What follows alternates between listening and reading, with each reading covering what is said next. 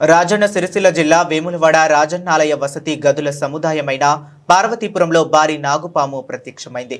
దీంతో అక్కడ ఉన్న భక్తులు బెంబేలెత్తిపోయారు. కాగా స్థానికంగా ఉన్న స్నేక్ క్యాచర్ జగదీష్ కు ఆలయ ఉద్యోగులు సమాచారం అందించారు. గంటపాటు శ్రమించి తెల్లని నాగపామును జగదీష్ పట్టుకున్నారు. దీంతో భారీ నాగపామును చూసేందుకు భక్తులు బారులు తీరారు.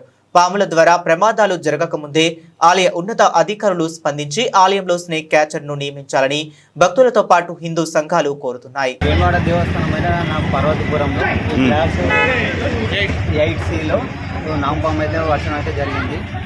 ఇలాంటి ప్లేస్లో ఒక ముసలావిడ, ఒక వృద్ధురాలైన ఒక ముసలామె కూడా ఉంది ఈ ప్లేస్లో. సో ఇది మనకు పార్వతీపురంలో అయినా అంజన్న అనే అటెండర్ మనకు కాల్ చేయడం అయితే జరిగింది. కాల్ చేసిన 5 నిమిషాల వెంటనే వచ్చి పామును పట్టుకున్నా. సో దీనివల్ల ఎవరికి కూడా ప్రాణాపాయం అయితే కలగలేదు. సో భక్తులు అయితే అందరు సేఫ్గా అయితే. ఏం పాము అది?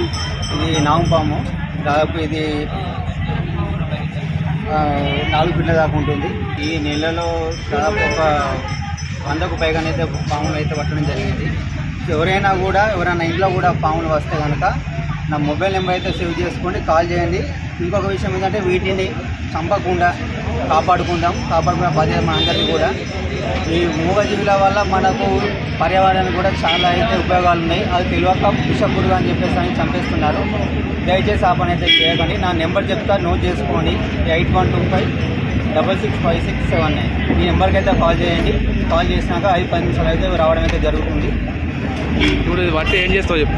ఇది అడవిలో మొత్తం వదిలేయడం జరుగుతుంది. వీటిని చంపడం, వీటిని డబ్బాలో పెట్టి కానీ బంధించడం, వీటిని ఇబ్బంది చేయడం అయితే ఉండదు.